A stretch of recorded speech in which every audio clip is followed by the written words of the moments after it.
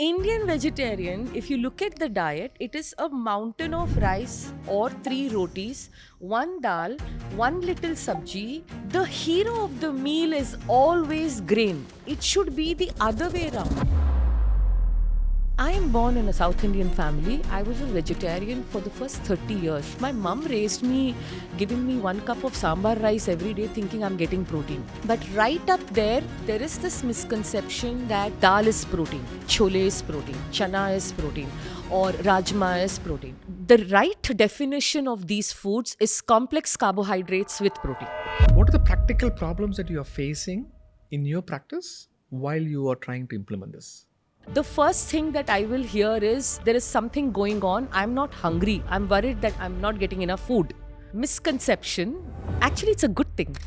Second, very practical challenge that happens is carbohydrate delivers every other food into our mouth. If I want to eat a vegetable in the Indian spectrum, wherever you come from, I don't know how to eat that vegetable on my own unless there is a roti with it. I don't know how to eat dal on its own unless there is rice. I call it that we have simple carbohydrates which act as a... Wow, that's absolutely true. So India has a product called soy chap, which a lot of vegetarians eat thinking it is the tandoori chicken equivalent, but it is a lot of vegetable oil mixed with maida. So it is junk.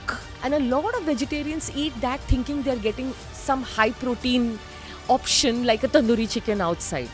On paper, a lot of things sound great, Tom. Yes, rajma rice, yes, chana and whatever. But that a lot of noise goes on social media that I'm here to convert people. No, not at all. For 35% of my clientele are not even egg-eating vegetarians. You may or may not believe what I'm going to say. I'll tell you where your oil intake is going completely wrong. See, younger people, okay? Your app deliveries. 1 meal a day is outside. That is a lot. In your dietary plan, nuts and seeds play a role? 100%. Fistful of nuts in a day give you your decent amount of healthy fat that is needed. Only thing I tell people is don't go crazy over this nut and jaggery laddu. That is where now you are changing the profile of that. If you don't have protein-driven calories in the earlier part of the day, this is proven. Your propensity to junk calories in the later half of the day is very high because hunger catches up. Having food, you have cramps, you go to the bathroom. Very common. That is what IBS is. Hi Sangeeta, thank you for coming. Dr. Pal, pressure to be here. So happy to have you here. And you are doing a wonderful job in your social media. And this discussion is to make sure that we can give our audience in terms of different aspects of the same nutrition, and then see what can be implemented to come to a common line of discussion to see, hey, this is working on both aspects, from a clinical aspect and also from a nutrition aspect. Absolutely. So right off the bat, I wanted to come into a discussion in terms of, I'll give you a patient case scenario that I saw in California. And then if this was a patient to you, what will you do? That's the situation that usually happens. Sure. Interesting. So, this patient is a diabetic gastroparesis patient. Mm-hmm. So as you know, gastro means stomach, paresis means paralysis. Mm. So when there is diabetes, there is increased sugar in the blood, the sugar attacks the nerve supply. Mm. Not only in one part of the body, multi-system. So that's why we call, when the nerves are affected, when the foot nerves are affected, we call it peripheral neuropathy. Right. And then when the kidneys are affected, we call nephropathy. Correct. Nephropathy. When the eye nerves are affected, it's called diabetic retinopathy. Correct. And when the same thing is affecting the stomach, we call it gastroparesis. Paralysis of the stomach. So how we know is that patient has been having diabetes for a while, and A1C is higher, let's say 8, 8.5, something like that. And then as with many patients, they are not compliant with the diet, and the blood sugar is not controlled. So they come to me with epigastric pain, nausea and vomiting. We do an endoscopy. What we see is retained food in the stomach. What I mean by that is for an endoscopy, we make them nothing by mouth for 8 hours. Technically speaking, any kind of peristalsis should move the stomach contents within the 8 hours. So if you don't eat anything after dinner, in the morning at 8 a.m. when we do a scope inside the stomach should be empty. I put the scope inside the stomach. The morning dosa that he ate was still there. Okay, and there was a reason for the pain. So I said, you have gastroparesis. Usually what I do is I don't give any medications right away. I say that the underlying problem is the sugar. Okay, so you need to decrease it. I want your A1C to come to 5.7. And he said, how you do it? I said, you need a good nutritionist. Okay, I don't think you'll be able to do this by yourself. And I gave him a little bit of advice, suggestions. Okay, this is what you should do and everything. So let's say that if that nutrition is you and he comes to you, where will you start? Okay, very interesting. So I think there are two aspects that first a patient needs counseling on. That one, they already know that they have diabetes, depending upon how long the history of diabetes is. Second is, given their eating patterns, now the diabetes is progressing into other chronic conditions. And the commonality between the lack of gastric emptying, pardon the technical words, I don't know. Yes, you're absolutely right. Right, Yes, the delayed Correct. gastric Gastric emptying, correct. which then causes probably a lot of gas, flatulence, pain, etc. at one end, and at the other end, the acuteness of the HbA1c, the cause is the same. That the body is now unable to metabolize sugar effectively, right? Or the way I'd like to term it is now the person has reached a level of carbohydrate intolerance. So that is the first reality that needs to be told to the patient or the client, right? Now, we know the other commonality is when anybody, irrespective of the diabetic nature of this gastric issue, people who are not even, who don't even have diabetes or have elevated HbA1c, their ultra processed food consumption and sugar consumption already causes gas issues and there is gastric trouble. We know that, and there is enough research, etc. around that. Okay. So I have a simple 3-4 point program, okay, that helps in nutrition counseling. So I would start with saying, I don't even start saying lower carbohydrate. People don't like to listen to that. Okay. We are that attached to carbohydrates. But I say, let us first identify what's missing in your diet. And in most cases, it is healthy protein and fat. First, most diets, forget globally, we'll talk in an Indian context only. Yes. Completely Indian community living all over. Living all over, the diaspora.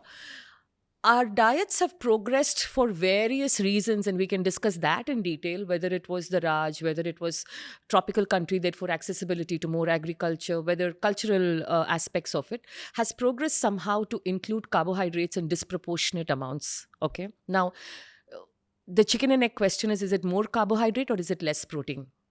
That's an interesting question to ask. In most cases, it is more carbohydrate at one end and less protein, causing a double whammy, which makes you increase your consumption of carbohydrate more and more because you don't have the satiety factor in your meal, which protein and healthy fat bring. So point number one, prioritize protein along with healthy fat. How much?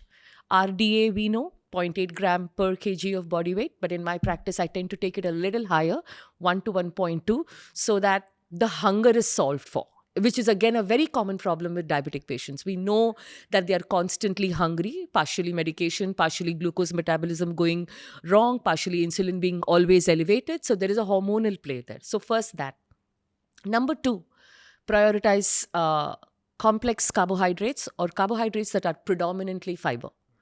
So fruits, which are above the root, so non-starchy fruits, and non-starchy vegetables, and fruits that are low fructose or low glycemic index. So berries, guava, citrus fruit, kiwi, apple, pear in moderation, but try and stay away from the very, very high fructose fruits.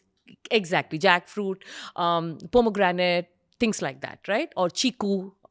Third, that I then come to is lower your grain consumption or your entire grain consumption, or depends. Now, there are some people who are happy to completely give up grain, but can be very difficult. But I will say lower your grain consumption to form a very small part of, let's say you're doing 3 meals in a day, bring it to 1 meal. Okay, and use other complex carbohydrates, for example, like pulses, legume, dal, etc., to kind of replace your simple carbohydrates. That's number 3. Number 4, we would love for everybody to go and strength train, because I don't know if the audience knows, having a healthy skeletal muscle helps you metabolize glucose better, because muscle is the largest disposable site for Exactly, yeah. glucose. Yes. Okay, Muscle is hungry for glucose. hungry for glucose, and it is greedy. It will not let it go. So the more muscle you have, and therefore the more you strength train, you will be able to kind of handle that glucose better, and your diabetes levels and HbA1c levels come down. Now, that's a far-fetched dream the way things are currently, to be very honest. But I at least tell them walk 45 minutes a day. Walking is a very underrated exercise, and we have studies that have shown that 15-minute walk or even a stroll after every meal, and if you can't even do it after every meal, after 2 meals, or if you can do a long walk, that helps in bringing your glucose levels down. Okay, so that is the That next is something thing. that you will start with. That is something I start with, because people get very overwhelmed when you too many changes. You will not start anywhere at the same time. The lowest hanging fruit is something that you do 3 times a day every day versus 40 minutes in a day, 3 times a week, which is exercise. So you're eating 3 times a day with a snack in between and doing that every day. So if we attack nutrition first, chances are that, they will have easy or early outcomes, which then they can kind of move the needle by saying, okay, now I'm walking, now maybe can I go to the gym once a week, things like that. Beautiful, beautiful. So I absolutely love the approaches. So this is what I do in my practice as well. Right. So we have a GI dietitians, and then we both work as a team. So I say that this is what the protocol that we have, and the dietitians will go deep in terms of what's your diet chart and everything, and then we always start with the diet. And as you know, 80% is, we always believe 80% is 100, diet, yeah, absolutely. 20% is physical activity, and if you do everything together, it's good. But if you can't do anything, at least start with the diet. Exactly. So we'll go one by one. Yeah. The first thing that you said was the protein. Protein. So in this patient, I will give you another patient as well. Okay, so so that the audience can understand where is the clinical context of this. So this is a patient. The first patient is a uncontrolled diabetes, where he has a diabetes. He was on metformin, and he was just taking metformin but not making any lifestyle changes. So the A1C slowly crept up, and only when the A1C is more than 6.4, then the nerve supply damage will starting to appear slowly. So this guy was 8.5 at that level, so the nerve supply started getting damaged. There is another common scenario is new onset diabetes. In your practice, you see it all the Yes, time, right? pre-diabetes. Pre-diabetes, between 5.7 to 6.4. 6.4, yeah. They will not have nerve damage at that time. But the point is, if they don't do all these 4 that you're talking You about, will get there. Unfortunately. it has to. It will. It will. Yes, I've seen it. Will. That is how pathophysiology works. I'll take 1 minute to explain the pathophysiology, where we talk about insulin resistance. Just refreshing about our discussion as well, where there's a lot of insulin, but it's not working. So you need to give rest to the insulin. So that's why I promote time-restricted feeding, where overnight you don't eat anything, so your insulin sleeps, so your quality is better. That's number 1. Number 2 is, when you go down on the carbohydrate intake, again the work on the insulin is lower. Yes. So whatever the insulin is left, it is trying to come back and attach to you so that it don't divorce you. Yeah. Okay. So these are all the 2 major points. Yeah, these 2 points has to be remembered in either of these 2 patient scenarios. Yeah. For that to happen, all the 4 things that you said should happen. Yeah. So number 1, protein. Okay, let's start with protein. So I have done some small research within my clinical scenario. I get a lot of Indian patients in California because of my social media reach. And I have had a small Excel sheet in terms of, okay, what is their protein intake? My dietitian and me will work together, and we have done a small study on that. The average protein intake in a vegetarian patient, the sample size is around 1,000. Okay, in 1,000, average protein intake is only 40 grams per day.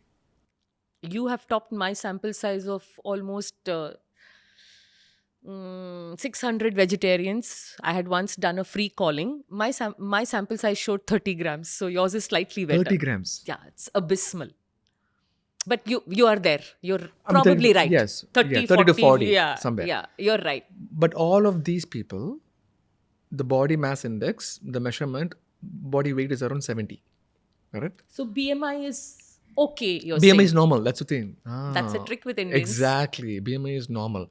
Again, as you know, BMI is also tricky with Indian community. Usually should be lower. BMI of 23. The lower end of the spectrum, Indians should be. Should be.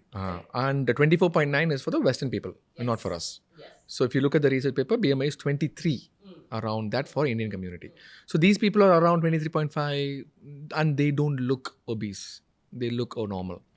So protein is 70 grams is needed, but they only reach 40. Okay. The first problem that I am facing is the weekly follow-up that they come to see me. I say, what is happening to your protein intake? They said, I don't know what is protein, which amount is there. How do you start with them? How do you teach them? So, doctor, my consultation calls last anywhere from 30 minutes if it's a slightly evolved patient to almost an hour if it's vegetarian. Not a patient, I should say, clients. So the first education exercise that I do after basically a KYC on the client, knowing their history, family history, health condition, evaluating their blood markers. I am equipped to read some basic blood markers. And then when I take a dietary call, what's your average day of eating? So the first thing that I do, I don't even, like I said, for me, carbohydrate reduction comes later because that's an easy thing to do. The biggest education exercise that happens on every consultation call is to explain to vegetarians what a class 1 protein is and what a class 2 protein is. So what are your primary protein sources and what are your secondary protein sources? And there is a lot of myth busting there. Okay, now I am born in a South Indian family. I was a vegetarian for the first 30 years. My mom raised me, giving me 1 cup of sambar rice every day, thinking I'm getting protein. No fault of hers, but... You asked for tamarind rice as well. Yeah. But right up there is this misconception that that dal is protein. Don't get me wrong. Or similarly, chole is protein, chana is protein, or rajma is protein. The right definition of these foods is complex carbohydrates with protein. Okay. And there is a primary difference between class 1 protein, which tend to be animal-based protein, which are meat, all red meat, poultry, eggs and chicken, seafood, fish, prawns, etc., dairy. Okay. So these are your anything that comes out of an animal is actually what we call class 1 protein. There are 2 reasons for it. The amino acid profile is complete without getting very technical. They are not only complete, but they are there in the right balance that is needed for the human body, which people miss out.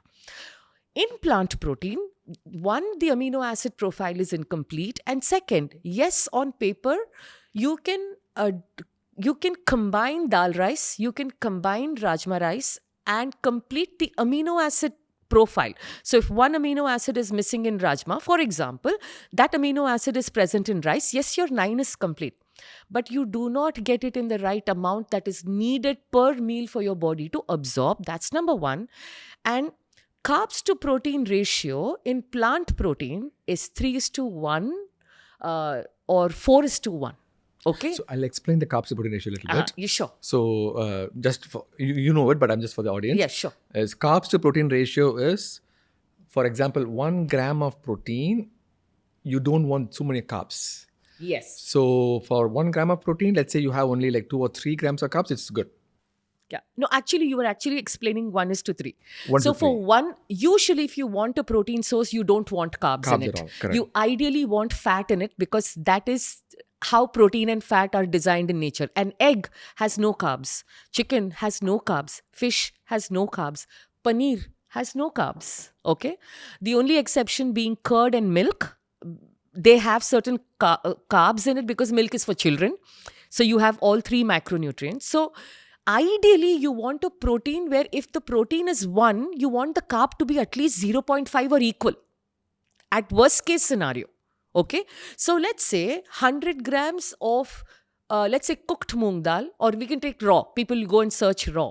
If you have 100 grams of raw moong, on an average 22 to 24 grams of protein depending upon the moong, that same 100 grams will have about 70 plus grams of carbs.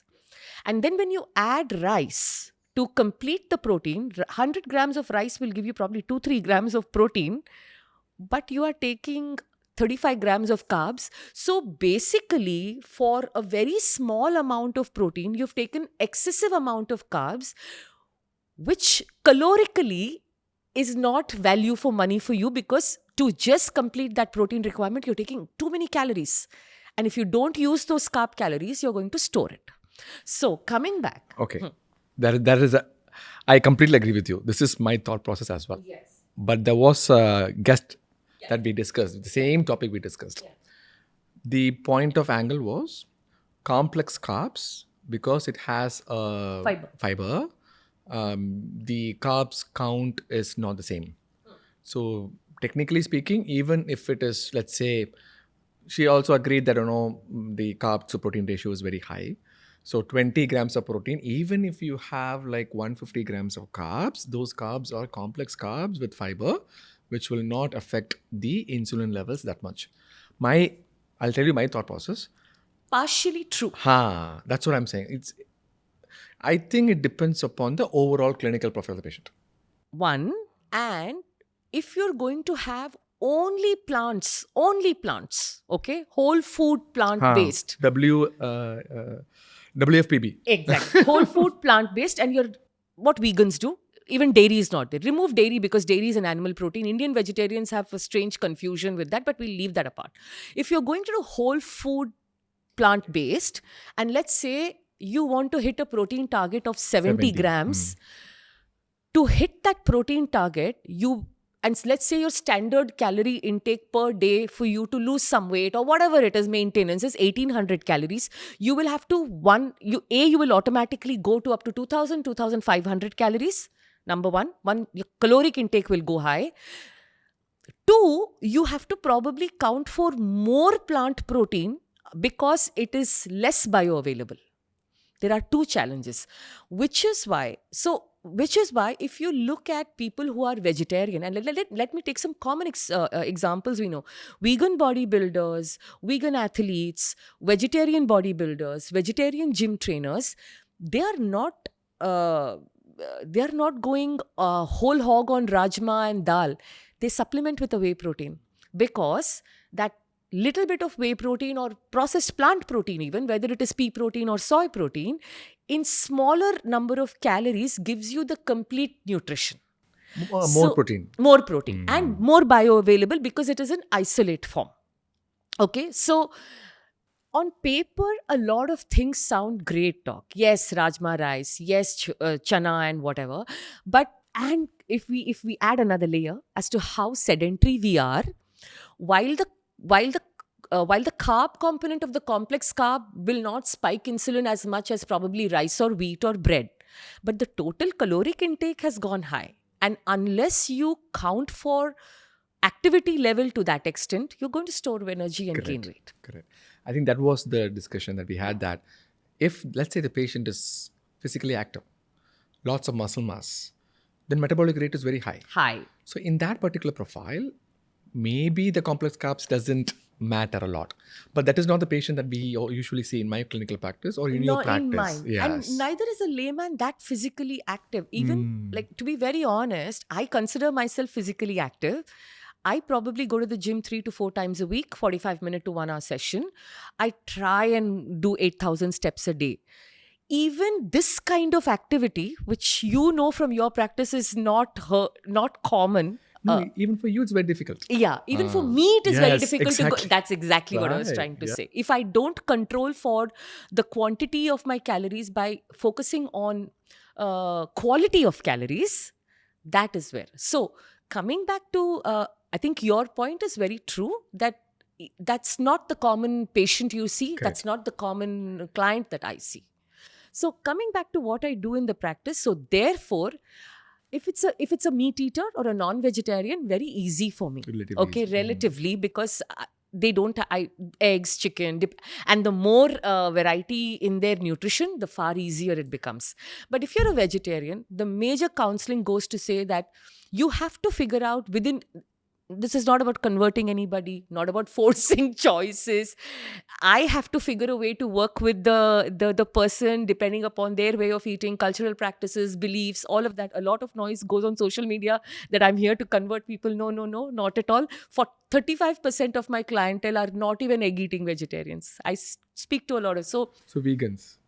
Egg. No, they don't eat egg. They're Indian vegetarian, basically non-egg eating vegetarians. What we call lacto-vegetarian. Lacto-vegetarian. Yeah. Some are over-lacto-vegetarian. So they drink milk. Yeah, dairy is there. So there I have to explain that, listen, paneer, a little bit of milk if you're able to tolerate it. That's again very different. A lot of South Indians after the age of 30, 35 don't tolerate milk. But if they can, yes. So paneer. Well, just a milk. point on that is, we'll come back to the thought Sure, process. sure, I just sure, wanted sure. to add this point that this lactase deficiency, we are seeing a lot in my practice because they come with bloating. I'll tell you, my close friend, he had bloating. Okay, and he called me. He's a cardiologist. He said, "Dude, I have bloating. What do I do?" I said, "First, stop the filter coffee in the morning." Right? He could not stop the filter coffee. He couldn't stop the filter coffee. But he went on low FODMAP diet, which is a diet for bloating. Okay, irritable bowel syndrome.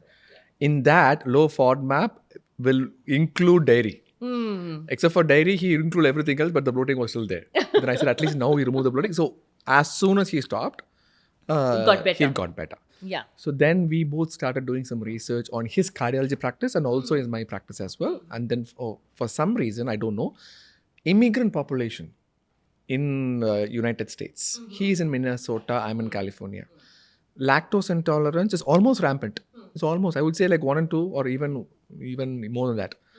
Have lactose intolerance in South Asian community, South Indian community. Yes, it is. I also think that it's because the Indo-Gangetic Plain descendants and the Deccan descendants have been raised on very different topography, ancestry, which is why I feel that I have never seen South Indian, even in my own family, people being able to pound lassi and paneer and whatever. We do better with fermented dairy, so curd and buttermilk and all of that.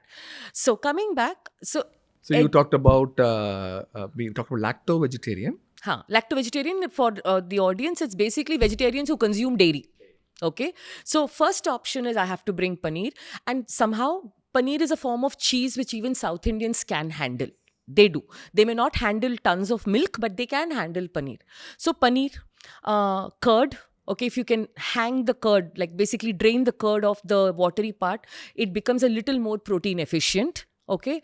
Can you explain a little bit more? How do you do that exactly? It's actually very simple. Make curd at home. Okay. You get muslin cloth. Okay. A muslin cloth is, everybody knows what a muslin cloth is. It's a white color drain. It has small holes in it. So you put your entire curd in it and you drain it. Okay. And you leave it for an hour or two. So the drip, the buttermilk in it or the thing in it will drain. Then you will get a really thick curd. Now that has a little better protein quality. curd. Okay. Now, if you don't want to do all of that, I understand we're all time sensitive.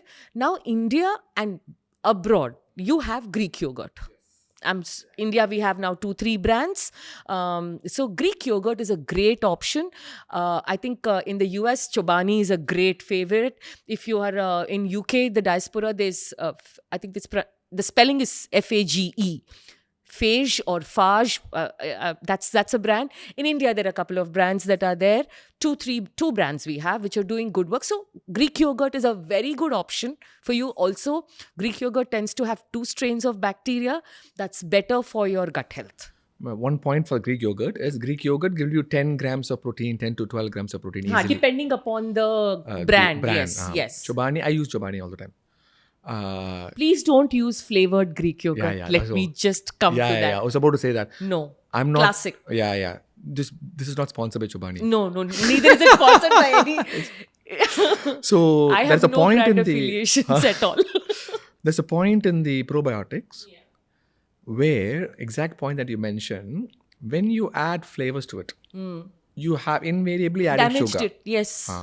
So then the probiotic effect is blunted. That's what I'm saying. You've damaged it by adding if you have a mango Greek yogurt or a vanilla or a blueberry Greek yogurt. It's better to put real blueberries on your Greek yogurt. That's my favorite snack. Or real strawberries on your Greek yogurt than to have a flavor and sugar in it. So yeah. Slightly more nuanced option, practical option is that when I was in this journey, I knew that additional sugar is going to blunt the fermented effect of yogurt. But at the same time, I couldn't eat the plain yogurt by myself. So I added blueberries, strawberries, similar to what you said. It is still better than plain yogurt, yes, but not as good as the flavored yogurt, right? Compromise. So what I did was I started with the flavor. At least I'll get the protein. Right. Then I got used to the taste. Yeah. And the reason is I wanted to introduce my gut bacteria to this new thing. And usually in my practice, I will say 6 weeks. Yeah. Anything new, the new lining will usually 3 months, but at least 6 weeks, there'll be some change. Then you'll be able to handle the taste better. Yeah. That's what happened with me. Then I went to plain yogurt with strawberries, which was much better. Yeah. No, fair point.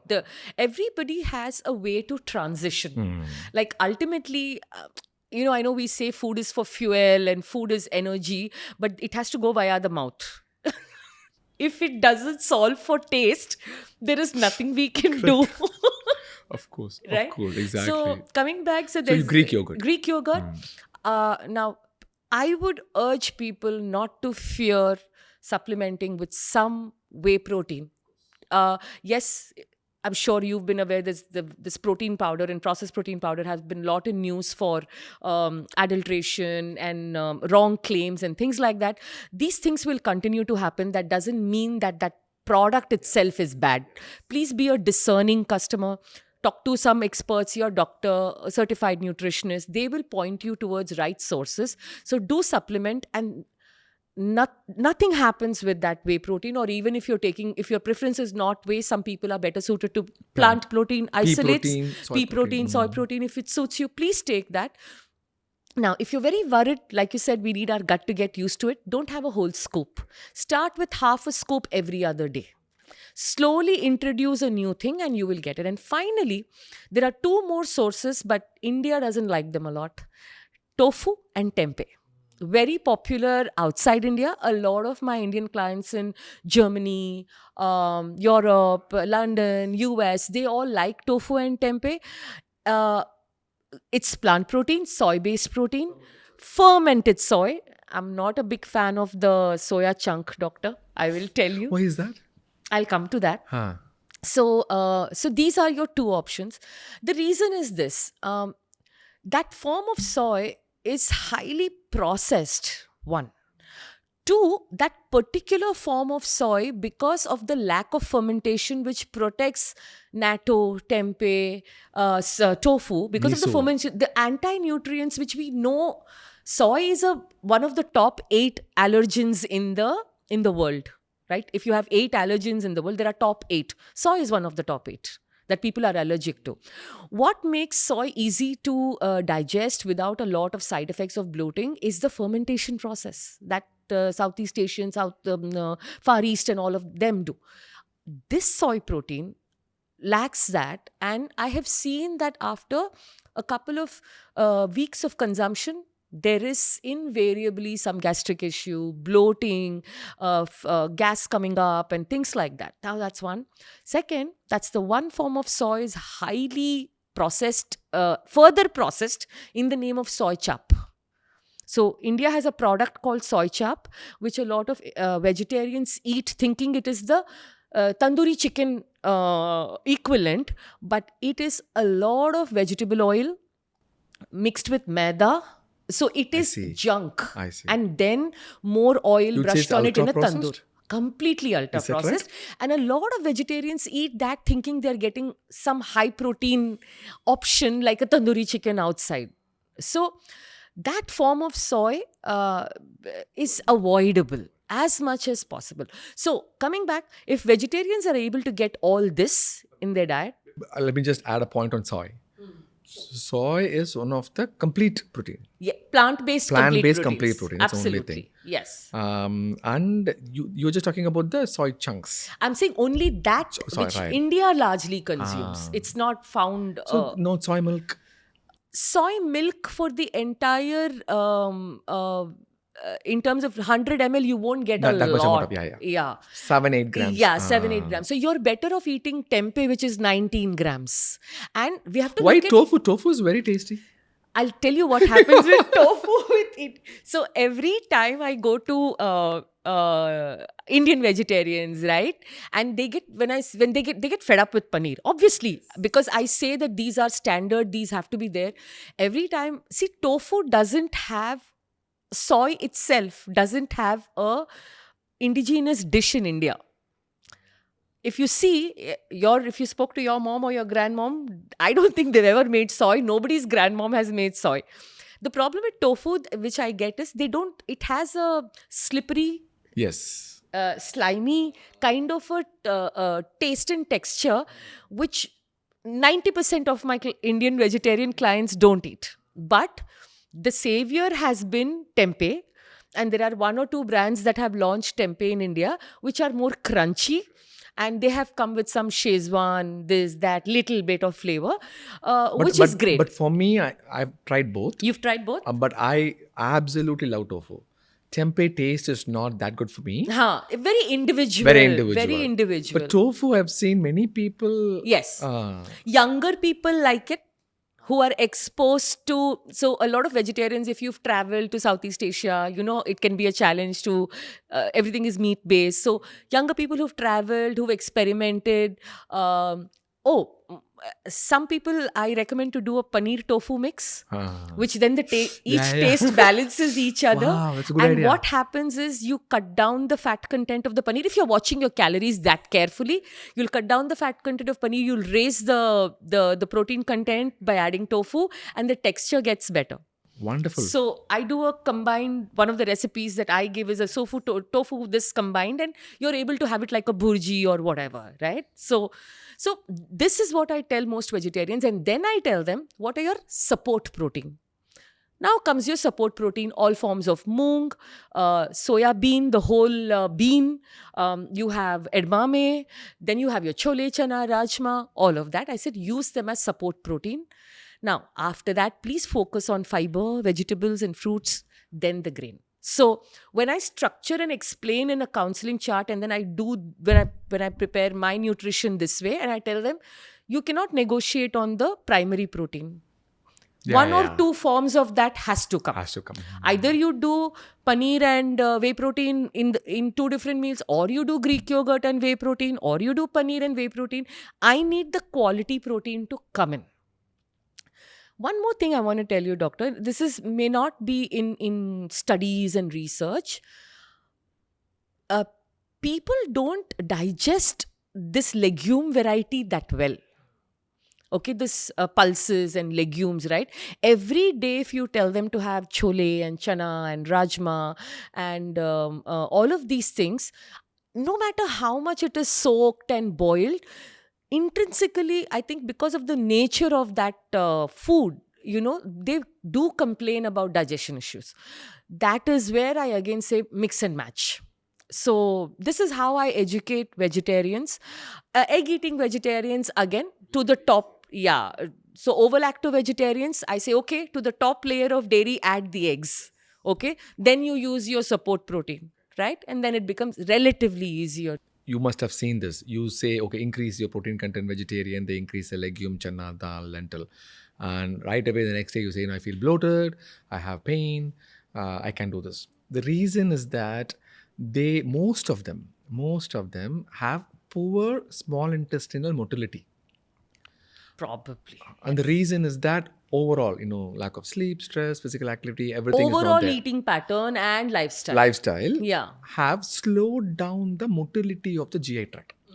So, and then small intestine is supposed to contract. And only then your food, digested food, goes into the Will large move. intestine. Yeah. And then large intestine absorbs the water, stool is formed, and comes out of the anal canal. When the motility is low, what happens is the food doesn't get passed very easily. So it's like a stagnant pipe. With secretions are getting stagnant. So what happens is our bacteria love stagnant. Okay, so it's similar to like how mosquitoes or in a stagnant water, in a stagnant secretion in small intestine, bacteria comes and acts. How do we know? Is when we do the endoscopy, we take something called small bowel aspirate. When we look into the microscope, we count the number of bacteria. Right. And usually, as you know, there are 100 trillion bacteria in the colon. Yes. There will be only 1 million bacteria in the small intestine. 1 million, 100 trillion. So the diversity. Significantly different because large intestine is the main. Right. Small intestine should not have bacteria. Not more than 1 million. Very minimal. Because it's very active. All the bacteria is pushed into the colon. Correct. So what is happening now? Because of slow intestinal motility, when you look at the small bowel aspirate, you are seeing like billions of bacteria in small intestine. Because all these large intestine bacteria are slowly coming back into this. It's getting backed up. Yeah. Because their food is right there. Because it is stagnant. So when it is there, they absolutely love carbs. Doesn't matter whether it is healthy carb, unhealthy carb, doesn't matter. So complex carbs are healthy. And you ask the patient to take, they take. And they are not eating it, the bacteria eats it. And the byproduct of CO2 is the abdominal bloating and Yeah, flatulence. correct. This is what we call it as SIBO. SI stands for SIB, small intestine. BO stands for Bacterial bacterial overgrowth. Yeah. So the point that you're saying when we are adding legumes and lentils, maybe not the inherent nature of the food, maybe a little bit, partly contributing. But other part to this is the inherent SIBO that is being associated even without any GI symptoms. Yeah. No, and on top of that, sometimes you cannot blame. I do understand that there is this narrative, right, that legumes have a lot of anti-nutrients, plants have a lot of anti-nutrients, legumes have phytates and this and that. But sometimes I feel that a single food cannot be vilified so much unless you take a look at the context of the entire individual and what they are consuming. What is leading to that? It can't be that one food alone, because I work with a lot of people on a spectrum of IBD and IBS, and I'm sure we'll come to that. It is the overall abuse of the system, largely the gut, which then the gut starts rejecting almost everything. And that is where elimination diets start to come into play. Right. So, yeah, I get your point. I'll tell you a beautiful example, Sangeeta. This is mind-blowing. The treatment of irritable bowel syndrome is what is low FODMAP diet. That is a treatment. Yeah. People who want to check low FODMAP diet will put that in the description. What does low FODMAP diet contain? Lentils, legumes, dals, all good foods. And dairy. It's not like something very bad. Oh, avoid chips. Low FODMAP diet is not chips. Low FODMAP diet is your regular food. And I am a gastroenterologist. I'm telling you, don't eat it. Yes, very difficult. I was about to say that. I thought you'll Don't stop the podcast because that's the first thing I do. Don't eat that first. Yeah. No. The reason is these patients will not be able to handle it. Yes. Because they don't have the gut bacteria to digest. handle it. Yes. If you circle back, it's absolutely mind-blowing that if you would have taken all this FODMAP diet, high FODMAP diet to start with, you will not be in this situation at all. True. Because you didn't take that, you are developing IBS. Now, the good food that you are supposed to take, you're not able to take for a short period of time. Yeah. I think that's what I said, that in the growing up years, or when you're post puberty, if you don't develop your gut microbiome and get bacteria, and at that time you're helping cokes and pizzas, and you have changed your gut bacteria, and then then outside food, and if there is alcohol and smoking, if there is sleep deprivation, all of this is fairly common, doctor.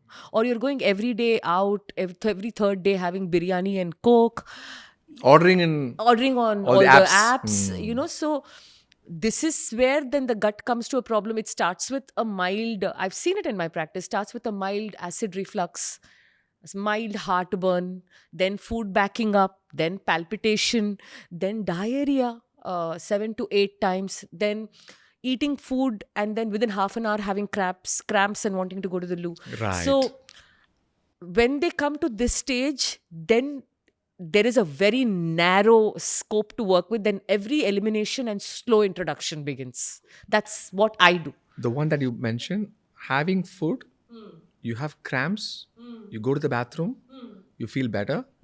Very common. Very characteristic of IBS. Yes. That is what IBS is. Yes. And when we say irritable bowel syndrome, basically it is high time that you repopulate your gut bacteria by changing your lifestyle. So that is what you were discussing, that legumes will have some difficulty initially, similar to the whey protein that you said. Yes. Initially, you need to figure out whether it is whey protein concentrate, isolate, what works It for you. happens even with something as wholesome as eggs, doctor. See, Eggs, when somebody is consuming 1 egg a day, I cannot take them to 6 eggs a day immediately.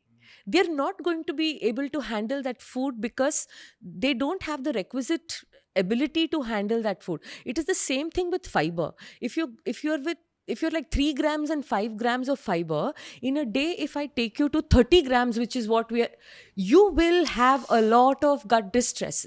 So say even protein, when bodybuilders, etc., or not bodybuilders, people who are into aesthetic fitness, they come to me and they say, I'm able to do only like say 70 grams. I want to go to 1.6 grams. Can we start tomorrow? I said, you cannot start like that.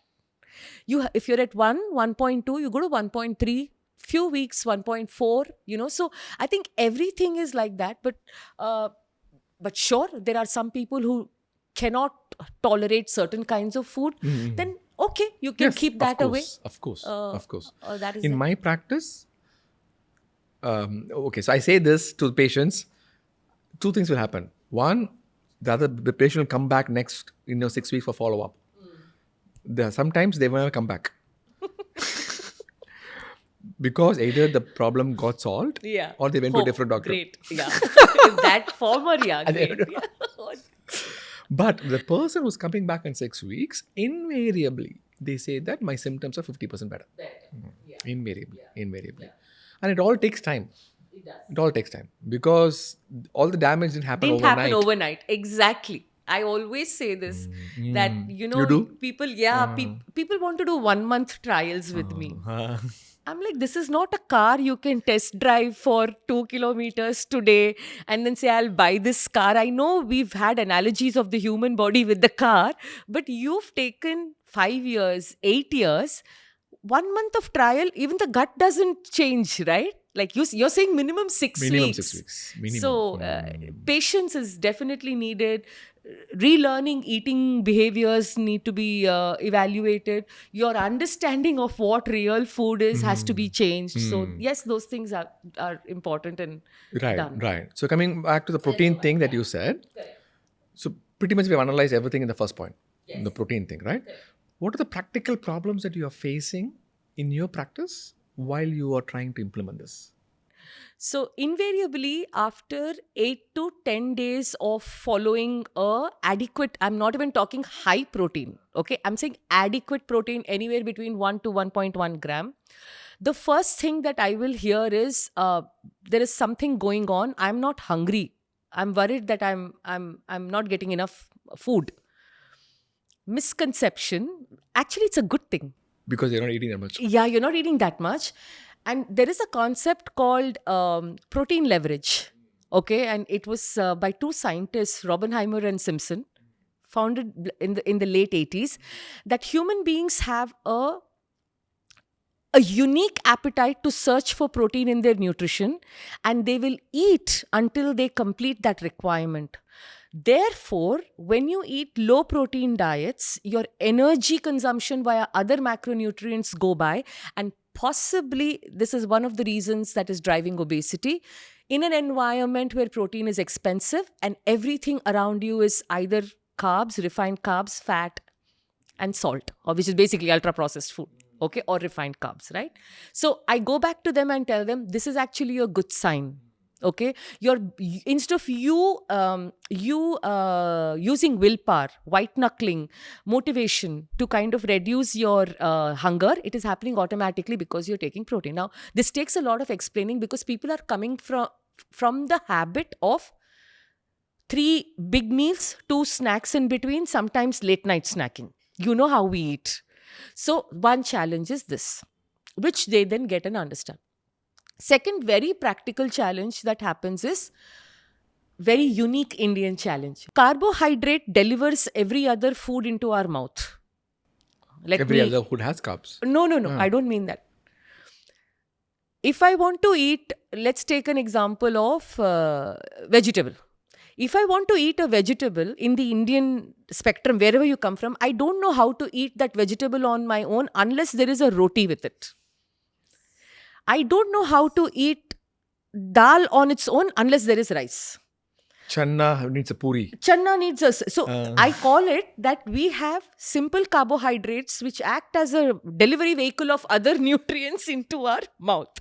Wow, that's absolutely true. So That's absolutely true. So there's no concept of just eating channa alone.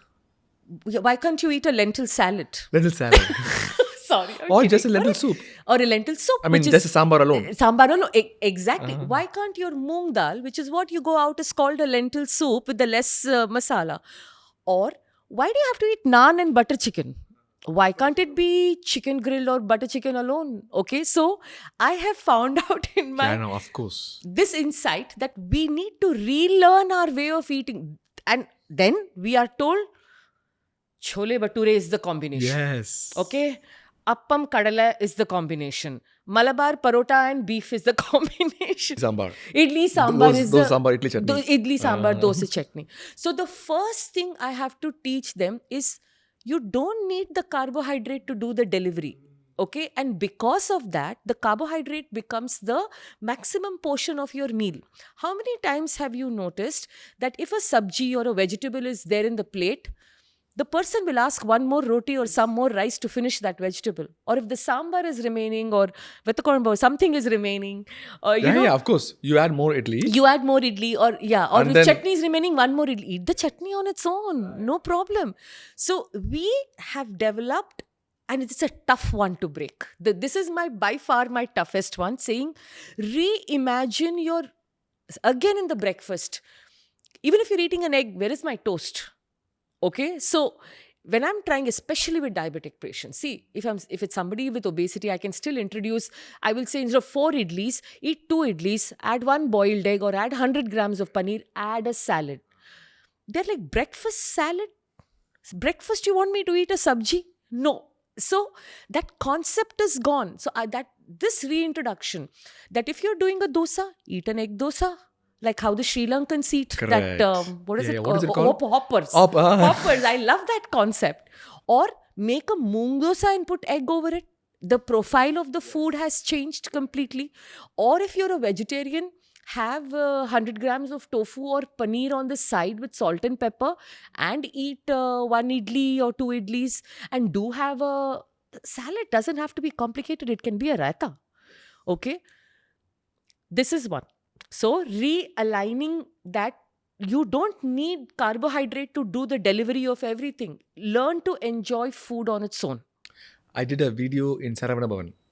I went there and I said, hey, look at this. Not a paid promotion. Saravana Bhavan doesn't need paid promotion. Exactly, from anybody. It's in Canada. Yeah. Maybe that one will need. No, because taste was not.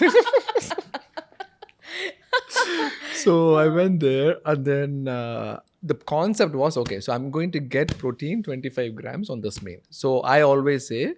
it's a vegetarian place, Vegetarian no? place. Hardcore? Okay, hardcore Yeah. vegetarian. So my advice to my followers is 20 grams of protein per meal. So that you try to achieve that somehow. Yes, it's a good starting point. Good starting point. Somehow 20 grams of protein. And I always say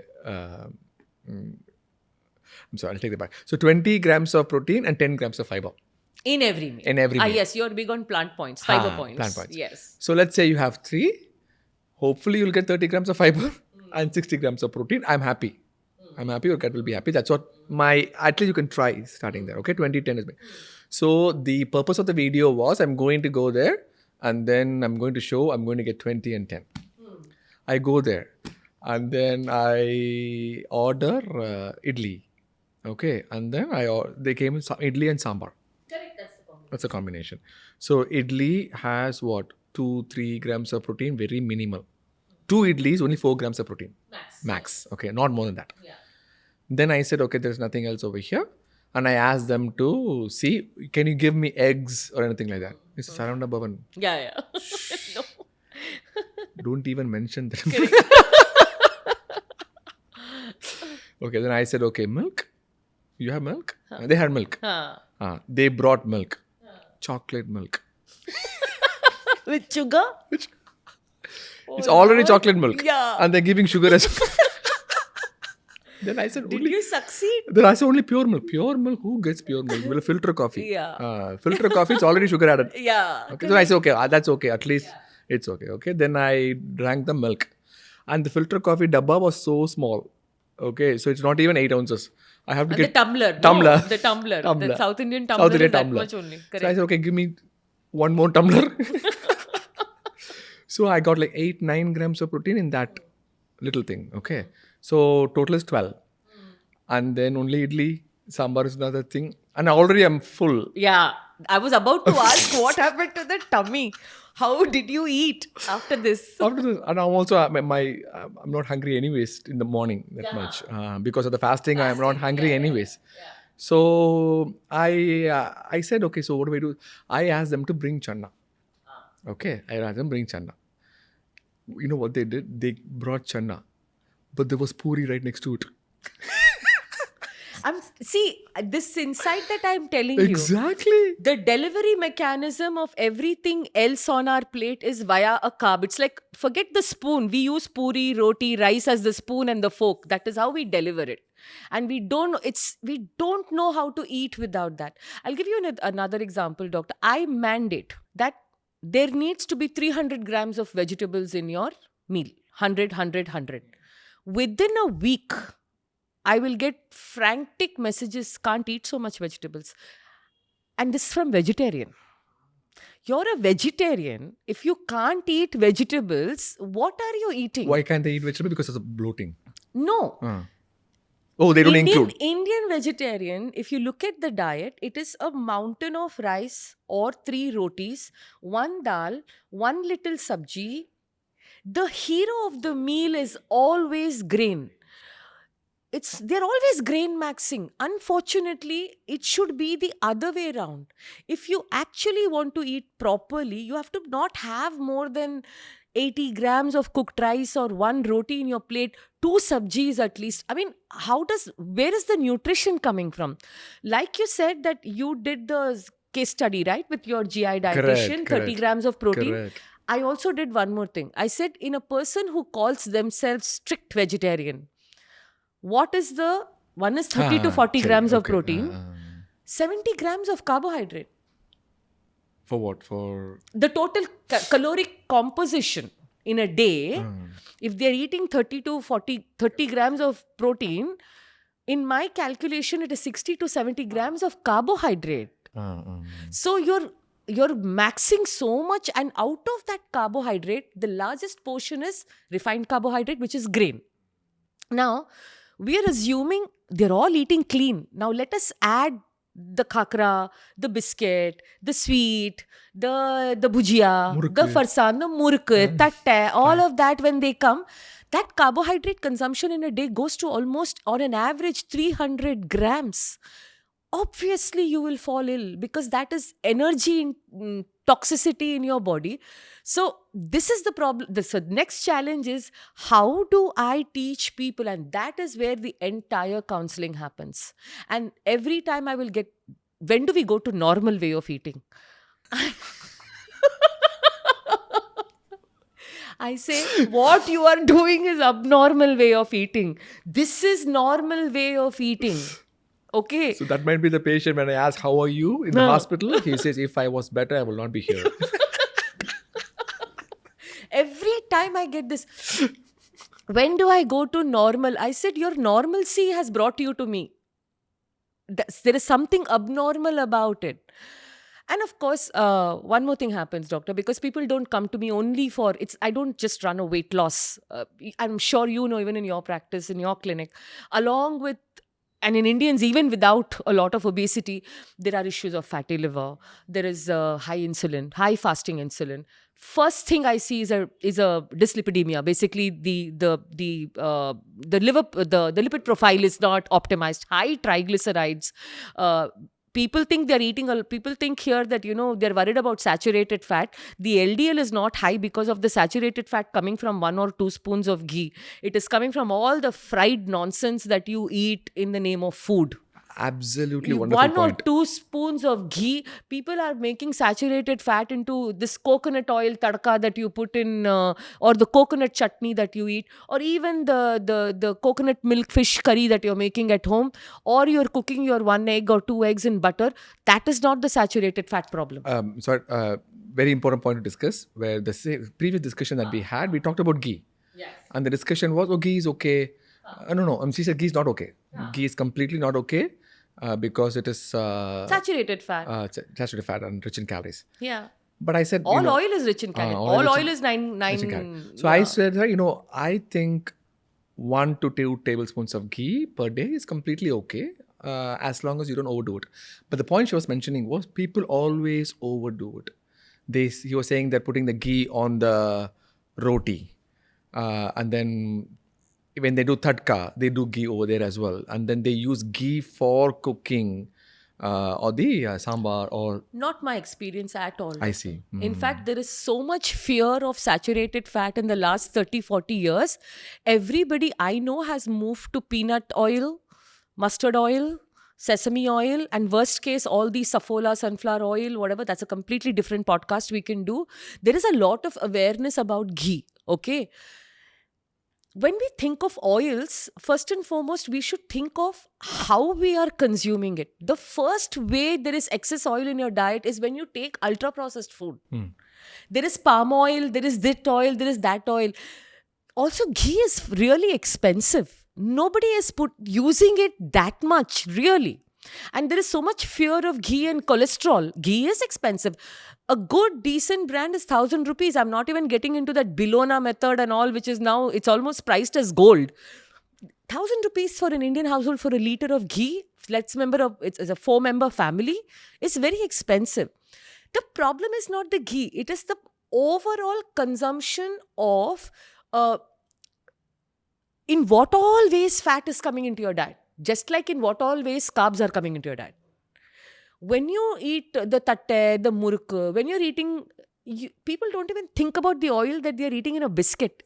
In a day with 2 cups of tea, 4 biscuits. In a week, it is probably 3 packets. That is where your oil is creating a problem for you. Or when you sit and eat banana chips. Oh, it's very healthy, made in coconut oil, but to what quantity? And every day.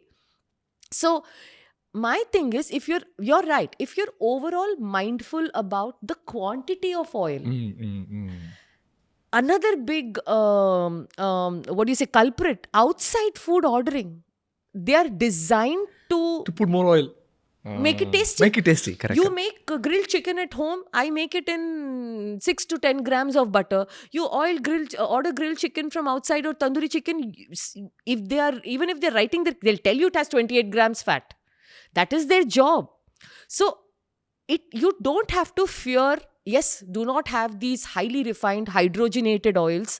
Our traditional oils, including ghee, are fine. The overall, see what your overall diet is comprising of. Of course. That one ghee that you put in sambar, or even that your mom will put that chammach in the katori and put a little bit on. That is not the one that is. It is the ice cream. It is all of that you do on a daily basis is a problematic. So, rotate your fat. Don't worry about saturated. you have different kinds of fat. And Indian cultural wisdom, doctor, we are from the south, so we used nalane, sesame oil for certain things. We used peanut oil for certain things. If you're from Kerala, you didn't use peanut oil. You used coconut oil for certain things. Ghee was for certain things. We always rotated our oil. So depending upon which part of the country you are, rotate your oil so that your omega 3, 6, 9 isn't. The problem today is the ratio between omega 3 and 6 has become 1:22, which is highly inflammatory. And that is coming because of, again and again we can say this, your bad food, your junk food consumption, your fried food, eating all these other things. So that is where it is. There is no need to fear ghee and butter. When you're talking about fried foods, it's like samosas. Yeah, Pakora, kachori. kachori. Look at what gets served in a regular corporate office between 4 and 6. Vada pav, samosa, bread pakoda, kachori, meetha bhel, all the bhaji. If you go Bhajis. down south, bonda, bhaji. Bhujia is... Bhujia is that the Haldiram save. thingy, Ha, na? That ha, save. ha. But that's deep fried as well. Huh? Of course. Huh? Yes. Now they have baked version of it. It's just that they're adding everything, but instead of deep frying, the oil is pre-added. They're only baking it. Is that right? Yeah. Yeah. We have baked version of the save now. But it's just that in the dough itself, the oil is added. So they don't have to fry it. They bake it. So that is the oil part of it. So educate us about this omega-3, omega-6 ratio and everything. Okay. So in human beings, the ideal omega 3 to omega 6 ratio should be 1:2. So 1 part omega 3, 2 parts is acceptable of omega 6. If you push it a little, modernization, 1:4 can also be okay. But you'll be shocked to know that this omega 3 to omega 6 right now is 1:22. In some populations, even 1:30. So this omega 6, if it crosses the omega 3, I'm sure you're aware. It's good. It's very good. Brain health, omega 3. HDL. Yes, HDL. It increases. Lowers your triglycerides, plays a very important role. Brain development, children, okay. Aging. Omega 3 has a lot of roles to play, and you get it via seafood, largely fish, right? Omega 6 is where it is highly inflammatory, and the research is currently pointing out to what we call vegetable oils or seed oil usage has become way more than very pervasive. So Commercial oils. educate the audience about seed oil. What is seed oil? Okay, it is marketed as vegetable oils, but they don't really come from a vegetable. They are also, so you have plant fat and you have animal fat. Okay, so let's start there. Animal fat is your ghee, your butter, even white makhan, the white butter that North Indians use. Lard. Pork lard. You have goat tallow, you have beef tallow, you have all of that. So that is animal fat, which is considered a very natural source because it is attached to the protein. Okay, and yes, it is high in saturated fat, but we can discuss, that's a completely different discussion as to how much of it is good. So these are good for us. Okay. Now there is plant fat, and even in plant fat, there are certain plant oils that are good. Olive oil is very good. Coconut oil, high in saturated fat, but very good. Avocado oil, very good. Now, in the recent 60 years, we have seen oils made out of things that are not necessarily source of oil. So, if you look at rice bran oil, the name itself tells you that you are crushing bran to an extent and processing it to an extent to derive oil out of it. Soya bean oil, that's the second one. Rapeseed oil, canola oil, safflower oil, sunflower oil. So these are basically coming out of seeds or outer structures of a plant that are not supposed to be oils. It's very simple. You crush an olive, you can feel the olive in your hand. Yeah. You may not be able to do that with a peanut, but you lightly blend peanut, you're getting peanut butter out of it. there are these kind of plants that we are, or seeds that we have to use thousands and million tons of them, and they have to go through a highly industrialized process of bleaching, etc., which is now being used and marketed worldwide. Which is one of the theories, is that they are high.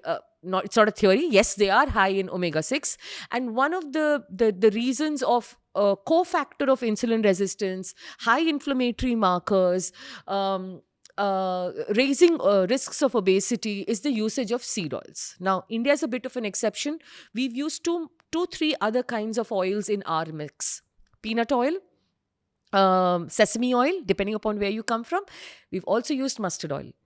Mustard oil, I'm sure you're aware, it's banned in the US. Yes. And in the It's not European available. Union. Okay, so there are certain regulations outside the country because of a certain kind of an acid. I won't get technical, but that it's banned for that because it's supposed to be not good for humans. But in India, these two oils, sesame oil and mustard oil. Mustard oil is common in North India. Yes, Right. even Bengal. Bengal. Certain fish. Correct. Then sarson ka saag. Ah. That's made. Again, it comes to how we were using it. Sesame oil, nallanai, that we call in Tamil, or generally very common. But both these are not used to high smoke points, and they are not regular features in our diet traditionally. They are flavoring agents. They are used in certain seasons for certain cuisine. So they were not mainstay of Indian traditional cooking. Even the sesame oil in the south, it was used for either idli pudi or a certain kind of a sambar that was made. It was not, It was not the universal oil. it was not you were not cooking day in, day out in it. Neither were you cooking day in, day out in mustard oil. So I get a lot of question on what about sesame oil and mustard oil. It's been used. Use it the way it is meant to be used, as a tadka, as a flavoring agent, in a certain recipe, in a certain season. You're all right. Your mainstay will always be the other combination. Now, because of now, obviously there's been large scale production of seed oil, soya bean is, and canola. Every commercial kitchen, you can be sure it is that. Not even peanut oil. It's not even peanut oil, okay? So Commercial kitchen, you're talking about restaurants. hotels, restaurants, when you do large Because catering. they're cheapest. Cheaper. Widely Shelf available. life. Shelf life is longer. Much longer. You can buy soybean oil and it'll stay for 5 years. So it's been bleached. And so these are the oils. Obviously, they're cheaper. Like we just discussed the cost of ghee. Let's talk the cost of olive oil in India. First and foremost, you won't get olive oil that's not blended with something. It's not suited for Indian cooking. Any minimum is 800 rupees. Avocado oil, forget it. Avocado only we can't afford in India. Even Forget in the US, oil. it's avocado oil is expensive. Very expensive. Now, cold pressed oil, expensive. So these are the oils that are available depending upon which sale and which big basket, whatever you go into, at from 80 rupees to 150. Versus if you look at cold pressed, all the other oils, they start, a good cold pressed coconut oil is probably 300 to 500 rupees minimum. Ghee is 1K, like I said, 1,000 rupees, right? So clearly 5 to 10 times more. at bare minimum 3 times, even in tier 1, tier 2. Because of this, and of course all of this commercial usage, these ratios have tilted. And omega-6 is one of the very clear reasons for having an inflammatory effect. CRP or SHCRP levels, cytokine storms, all ultimately come and fall into the gut, right? Yeah. One additional point I was about to say was, I was under the impression that, if you look at any influencer, any Instagram thing, they'll say, oh, this chips packet has seed oil. Oh, I can't believe that they're having this. And this is if you eat this, you're going to get cancer and all those things, right? I was under the impression that, you cannot say that don't have chips. It is just about the amount. So I was always focused on the amount of the oil. You just be mindful of how this is included. If that includes within your calorie limits, and if seed oils are coming in, you should be reasonably okay. If you can completely avoid it, yes, that's the best thing to do. Not practical, what I told you. So, for example, 80-20 rules follows everywhere, doctor. Right? Now, in your home, even if you're going to have a mix of peanut oil, ghee, olive oil, whatever you can afford, you use a mix. Like I said, rotate your oils. Someday you'll go out and eat.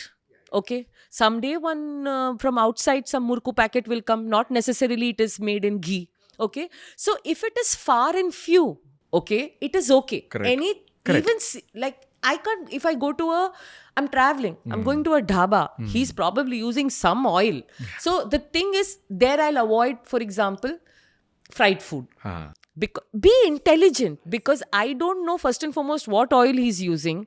And then generally fried food, how many times that oil is being reused and reheated, that is where it gets even worse for us. So if you remember, there was this outlet called Hot Chips. Yes, Everywhere. Yes. In the south. Yes. Everywhere. It was very popular because It's still there? I didn't see it in Hyderabad, so Okay, I okay. hope people have But- understood that it's not healthy. At one point, that guy, because he would start in the afternoon and the batch would end, people thought it was fresh because he was frying. But the same oil. So if we have, let's talk about hierarchy, because we have to give practical solutions for people. Okay. So if you want to look at the hierarchy, regular usage, stick to the fats, that cooking fat and oil that we've always grown up with. I've mentioned what all, depending upon which part of the country you come. Once in a while, if you go to a restaurant, there is no point in fighting with that guy why he's using soybean oil. Yeah. Okay. Let's He's say, going to you come and run the restaurant. yeah, or worst, he might do something else to your food, which you don't want the waiter to do. Correct. Right? So, Yes, gut bacteria. yeah, problematic, right? So, if you're a family that eats out every Saturday, every Sunday, cut that eating out to probably first only one meal in a week. How do you minimize all of this? Okay. So, cut that. When you go to a restaurant, don't order deep fried dishes, because you know that's a commercial fryer. He's not changing that batch of oil with every French fry or every puri or every kachori. Gobi 65. Yeah, Gobi 60. He's not changing it. Okay. So avoid the ordering of fried foods. Okay. If you ever want to eat fried food, eat it once a month in your own home. You know what your oil you're using. And then, like my mother, please don't reuse that oil for 1 month. My mom used to do that. Poor thing, she didn't know. It's out of ignorance. So, No, I was in Madurai recently. My mom was using the oil. And then I said, what are you doing? This is for you. She's reheating the oil for the paniyaram that she's doing. Yeah, It's for you. paniyaram. And she's having separate fresh of oil. Another dish. yeah. Another vessel on the second stove. What is that? That is for my grandkids. That's fresh Give oil. you- she's giving you reused oil. We have to further the... For the grandkids, fresh oil. Yeah, so parents have their own logic. So I'm saying, so reduce the... I'll tell you where your oil intake is going completely wrong. See, younger people, okay? Your app deliveries. The amount people order is not funny. So reduce those orders, okay? So when you do all of this... In your practice, how often, like a young software professional in Hyderabad or in Mumbai, Every single day, doctor. they order every single day? Sometimes even 2 meals. 2 meals they're ordering it. Every single day. Software professionals working, night shift, US timelines, a lot of high pressure job where they don't wake up before 11, but they are working till 4. Maybe one meal when the mother is around, she will give something, or if they have a wife or whatever. And if both husband or wife are working, one meal a day is outside. That is a lot. And I specialize in there are The 100 software. million. There are 100 million clubs and 100 million films and 100 crore. I specialize in the 100 plus kg category. I hate to say it, it's very sad. A lot of my clients are 100 plus kgs. Age group being 25 to 45. 45. So it is everywhere, younger, older. older people have different issues, but younger audience is indiscipline of. I'm very concerned about the 25-year-old. Me too. Ah. Me too. So 45 at least, the damage still is going to take longer. This 25-year-old, I'm very concerned. Very. So it's this high pressure job of being there, wanting some, the taste is also great, convenience of ordering. Let's say some project delivery needs to happen at 1 in the night. After eating at 9, ordering again something at 11:30. That's a big one. Big one. So if you stop doing all of this now, Then it that doesn't by matter what oil you mistake, use. exactly, by mistake, one seed oil meal is not going to hurt you. Or if you go to somebody's house and by mistake they're using Saffola, whatever, is not going to hurt you. Don't major in the micro. Right. Yeah. I think that is the problem. I think that is where the context is being missed. Yes. See, my son, when there are tournaments, he's an aspiring cricketer, like we discussed. Yes. When there are tournaments and he plays matches for 15 days together or 1 week together, there are multiple matches. He's in a restaurant he's in a hotel, like a 3-star. If there is enough sponsors, it is a better hotel. Otherwise, it can be some dorm, okay, where one dhaba will be there in some outskirt. Where is he going to get clean food? But the only thing and I can't tell him, don't go play that match. He will disown me. He will say, your nutrition fundas you keep to yourself. I have to play the match. That is more important. So the rest of the time when he's there, we try and clean up, obviously, his diet, keep it all very nice and whatever. That compensation is not happening. Yes. That's what the problem is. Yes. And you have to be practical also and give practical solutions. That's the thing. So with seed oils, minimize the instances. Don't have to get all crazy about it. So that's why I tell my patients is that doesn't matter where the oil is coming from, but the amount is important. So 2 liters for a family of 4 per month. So 500 ml per person. So how it translates, doctor, is 1.5 tablespoon of fat per person per meal. If you are watching your weight, trying to be healthy, I'm not saying you have to fear everything. You can go 1 odd day a little more or back, but largely that is the quantity of fat we can healthily use in our diets. I'm so glad I know a lot about nutrition more than any of my gastroenterology colleagues.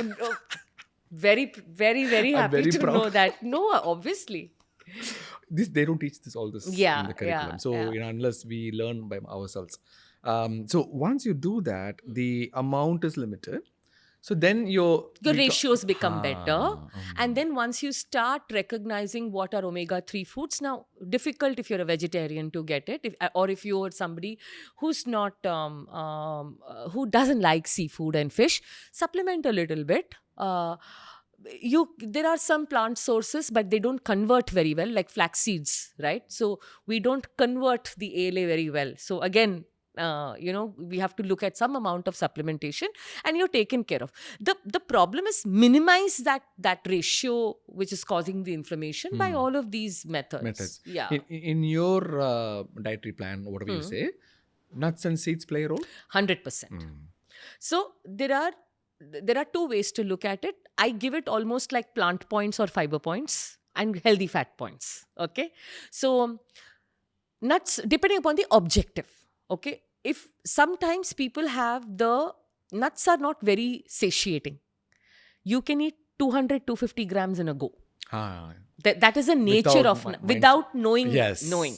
So if somebody's objective is weight loss, then I tell them watch the quantity very carefully because nuts can be overeaten.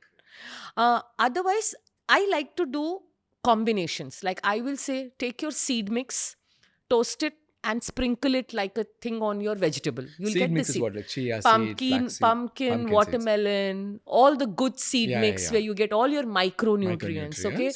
Now, if you want to eat almond walnut, yes, eat it. You can also like saute it and coarsely grind it and put it on top of your Greek yogurt. It has a nice nutty flavor. So I do these things for healthy snacking option between 4 and 6 instead of going and reaching out to some biscuit or some save or something like that. So 1 to 2 tablespoons of a seed mix and probably a fistful, anybody's fistful of nuts in a day give you your decent amount of healthy fat that is needed. Only thing I tell people is don't go crazy over this nut and jaggery laddu. That is where now you are changing the profile of that. What is this nut and jaggery laddu? So they do a lot of these.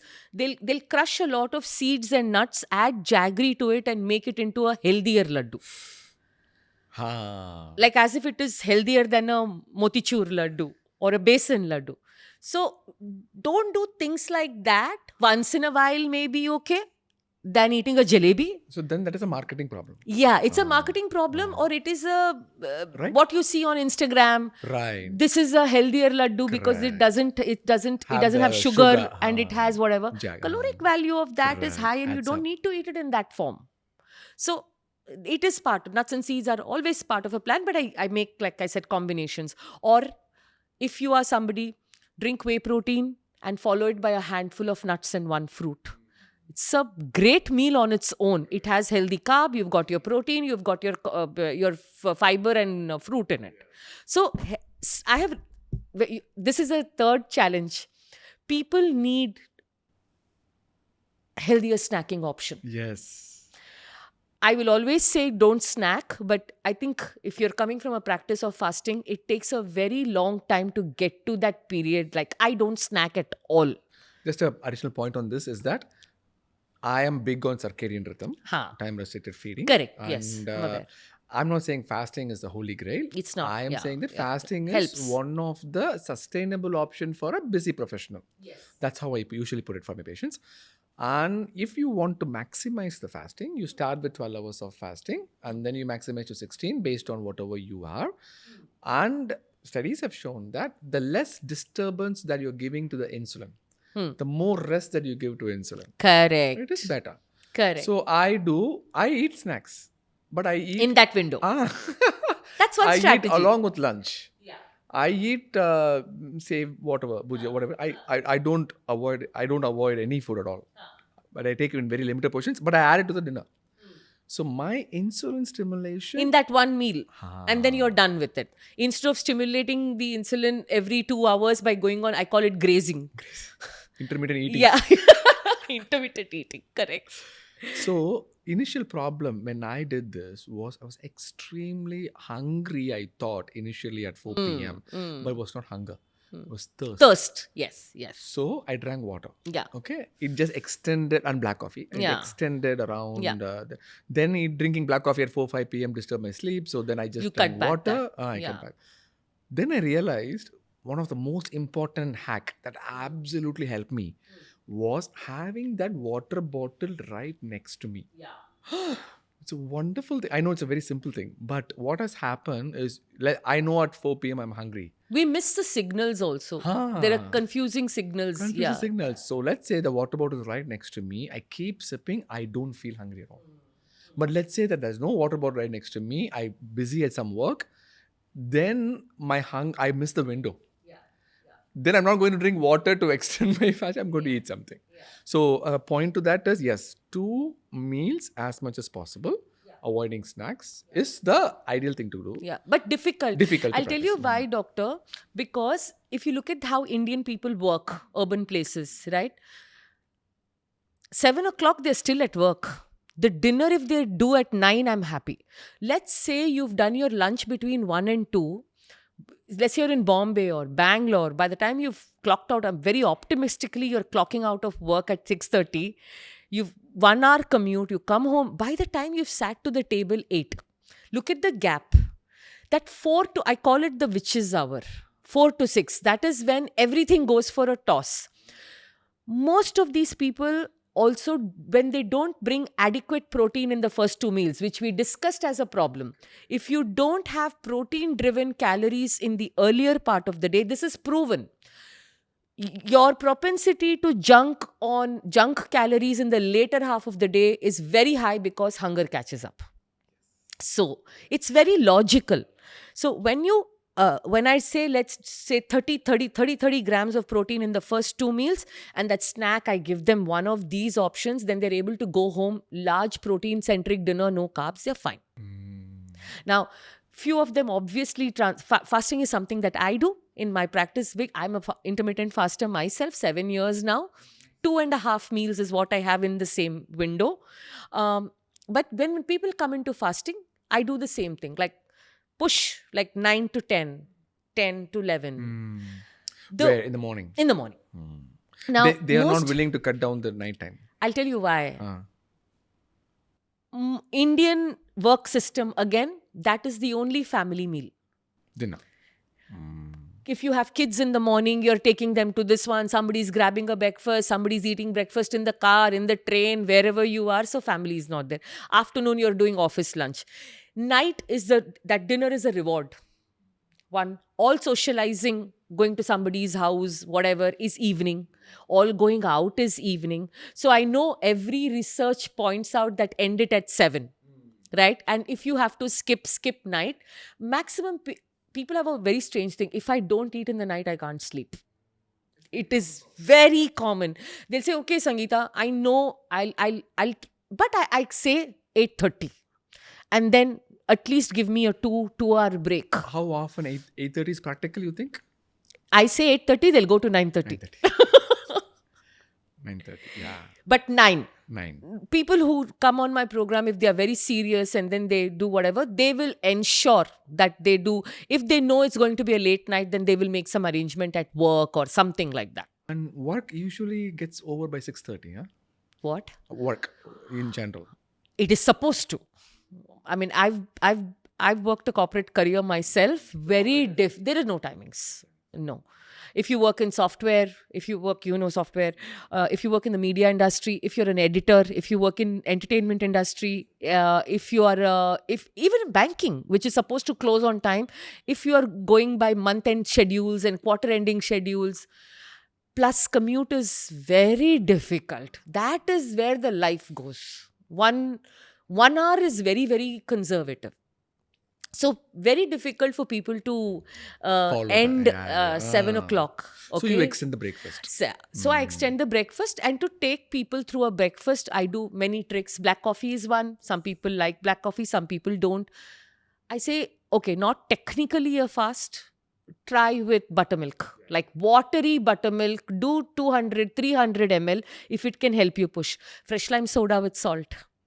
Especially when you're getting into a fast, one of the first things people will complain, I'm feeling lightheaded, I'm feeling dizzy, I feel like a headache is coming. It's basically electrolyte withdrawal.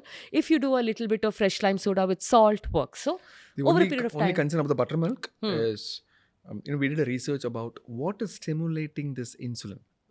Right? I mean, basically, insulin is like Rajamata. If it works, it's good. Insulin is so powerful, extremely powerful. So it is even secreted when you are tasting while you are preparing food. The cephalic phase of insulin rise, which is called. Yes. Cephalic phase is even when you watch looking like an ad. Or smelling. Yeah. Your gastric acid secretion. Correct. Insulin doesn't come that much in cephalic phase. Insulin is only when you put anything in. So when you are tasting something, all it needs is 5 microcalories of carbs in the blood. Okay, how are you tasting? It needs to go to the blood. Okay, so insulin is stimulated. So many people ask me, okay, so can I taste? I said, when you're starting, it is totally okay. This is what I do. So I will tell them, don't do a lassi. Do the South Indian very watery more. Very watery with salt in it. Okay. The other option that I do is you're better off doing ghee coffee. Butter in, because fat doesn't, yes, absolutely. That doesn't stimulate insulin that much. I do that as well. Yes, that's the other idea. Like if you like coconut oil, depending on what your taste is, ghee coffee, butter coffee, it gives you that energy. So I'm going to tell you a trick in terms of what I do. I have realized that to extend the fasting in the morning. So we have finally come to an agreement that, okay, it is not that easy to decrease from 9 p.m. to 7 p.m. Yes, very difficult, doctor. Practical modern world issues. Okay, understood. So in that case, I think that 12-hour window should be at 9 a.m., 9 p.m. So let's say you're waking up in the morning and you were craving for that filter coffee in the morning. What I did to get that craving out was I had a black coffee initially. I said, for this, I will just drink the filter coffee at home. I absolutely hated it. So then You had it with milk? Filter coffee with milk? And no sugar? Or you had it sugar No, also? no sugar, but doesn't matter. I broke my fast. Yeah, Yeah. you said, okay, no, the minimum I can do is It's 6:30 not to sugar. 9 p.m. Yeah, okay, I was okay. like, I can't do this black coffee thing. Yeah, Okay. it's not happening. It's not happening. Okay. So then I realized that, okay, see, insulin is sensitive only to carbs. Large Largely, not that much to fat. And you have fat, insulin is also secreted, Yeah. but not to a level as a carb. Yeah. So then Almost insignificant. almost insignificant. Yeah. So that's why I said, the drip coffee, there is this pod that you put it on, K-pod, and then the Keurig maker makes a black coffee. Then I add creamer to it. Creamer is your butter version of the... Yes, I got it. It comes in those little pods, Correct. and there are hardly 5 grams of Correct, creamer in it. correct. Yes, Half it and is half. high fat. High fat, only fat. It is fat. Yeah. Only fat. There's no... Yeah. So you add that, and I realized that I was able to sustain that 3 hours or 4 hours. So then I started noticing changes in the taste to a point that I'm able to do black coffee now. So the point I'm trying to say is that you need to figure out the What way... works for you. What works for you. Somebody Yeah. said bullet coffee is good. It doesn't mean that it's Correct. good for you. Correct. Also, there's a lot of chatter, doctor, like on the internet, saying that, oh, like for example, you had filter coffee with milk initially. At least you just only had filter coffee. You didn't eat a meal. You were trying to push it. Right? So allow yourself smaller things that you can do to be a work in progress than to be a non-starter. Very important when you're Yes. having any new practice. If I cannot go 16 hours is the Bible of a fast. No, for you, if you're somebody who's achieved 12 and you're going to 13, that is progress. Okay, if you've managed to take out sugar and just have 50 ml of milk and coffee, that is an achievement. Eventually you'll take out that milk, add butter. So every day and that is where, even in my practice, slow steps. And don't let people tell you this is a right way of fasting. This is a technically, am I in a fast, not in a fast? No, you're progressing. So that's very important. Of course. Very And that is how you also, I've always believed that when a person has come to a point and they come to you to change their health, whether as a doctor, as a nutritionist, as a wellness coach, you have to give them small wins. Otherwise, they are not coming back. They'll change the doctor, they'll change the nutritionist. Worse still, they'll go back to doubly doing what they're doing, which is even worse. I'm happy even if they change, but people, they just said they give up. They say this is too hard. So I think, yeah, there are tricks like this that you can do to take it forward.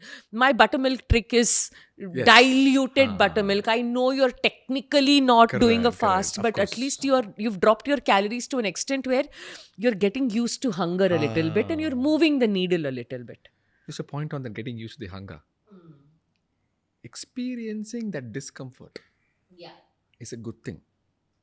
I'm not talking even in a fasting world. I'm just talking in a philosophical world where we are so comfortable at multiple levels, where whenever there's a stressful factor that is coming in, either it is fasting or a pressure at work or a mental health issue where there is a stressful factor that is coming, I am seeing my patients are not able to handle at all. Completely. And that is very visible. Why I'm talking about mental health a lot is 1 in 2 patients walking into my gastroenterology service have mental health problems. But there is the gut-brain axis, which is Correct. very proven. Very proven. So in my practice, I say fasting and everything, right? I know they're not going to do it, but at least they will try because I told them to do. So when they are doing that discomfort, they are creating that neuronal plasticity, a new neuron that is being developing, handling that discomfort. So I think that's one thing that everybody should say, okay, it is okay to have the discomfort, okay to feel hunger. It is not the end of the world. And everybody knows that we are not going to die because of the hunger of that 1 or 2 hours. Yeah. Doctor, I've often compared fasting to meditation. Always. I said, meditation is not the loss of thought. You will never be able to meditate if you want to. It is not having thoughts. It is, when you're starting the practice, even for that 10 minutes, it is being comfortable with all the thoughts that are coming and going. Knowing that over a period of time, all these thoughts will pass. Fasting is the same. It is not it is not starvation. It is just knowing that this ghrelin, which is going to the hormone, which is coming up and down, or which is affecting me, wanting me to be hungry, I'm just watching that come and go for a period of time till I get used to it. Yes, you will not succeed the first day. It takes time. But like you said, that good stress or that good discomfort is helpful also because it's happened with me. I don't know if it's happened with you. You start to recognize what real hunger is versus what snacking out of boredom is, what versus what is eating out of stress is, or coping mechanism is. It resets your relationship with hunger. You will no more be hangry. Like, next half an hour is my meal time. If I don't get that meal, and let's say I have to wait another hour and a half, it's not like my moods are going all over the place. So it, while people, I get a little on the back foot when people say it's just a way to restrict calories. Sure, it is, but it is much more than that mentally. Resilience. Resilience. Mental resilience is one of the main thing. I you may or may not believe what I'm going to say. In all my J patients walking into my office, I don't prescribe any medications at all. I prescribe only one or two or three things. One is I do fasting, which is overnight. Because I strongly believe that when they have rest overnight, hormones itself will take care of the problems. And as you know, it's neurohormonal thing most of the times. The second thing what I say is you need to experience a discomfort somehow. You have to. There is no other option. You're anyways experiencing it. Experience- And it's the worst kind of thing, where you're unable to lie. You have to lie in this position. You're burping. You are having flat. There is a discomfort either way. Choose the better one. Choose a better one. Okay. They say, no, doctor, choose your hard. Everything is hard. So my prescription is first is 8 by 7 p.m. And when I say 7 p.m., they'll at least eat by 9 p.m. or whatever it is. I always go hard so that at least if I get 50% of it, I'm okay. So 8 by 7 p.m.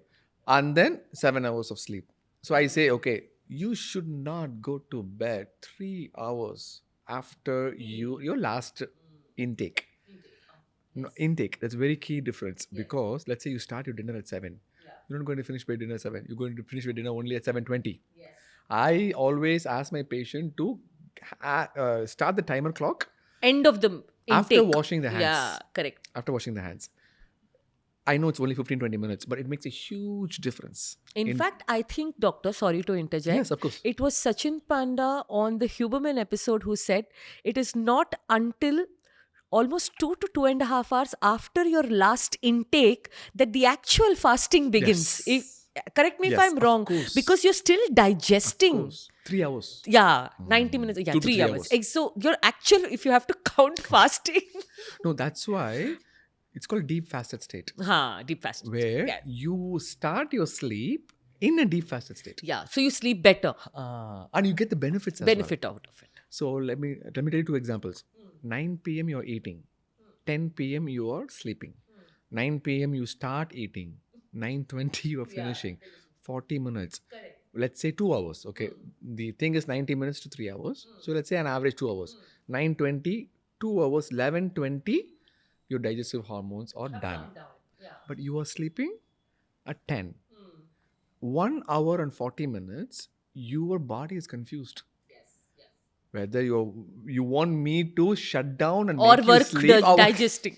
And that work needs to be done. needs to be done So regardless. it will compromise on probably your sleep quality while That's doing why that. Sleep initiation is a huge problem. Yes, it Maintenance is is. maybe okay. Correct. Initiation is a huge problem. Yeah. So if we do this, Yeah, I three have things, clients who tell me I have counted 1,000 sheep looking at the ceiling. If you'd remember, we have that technique. Look up and count the sheep. 300 sheep, and I have 1,000 sheep. I am not falling asleep. So these are 3 things I usually say. Eat by 7, sleep for 7 hours, and then 3 hours definitely should not eat. Should not go to bed after your last meal.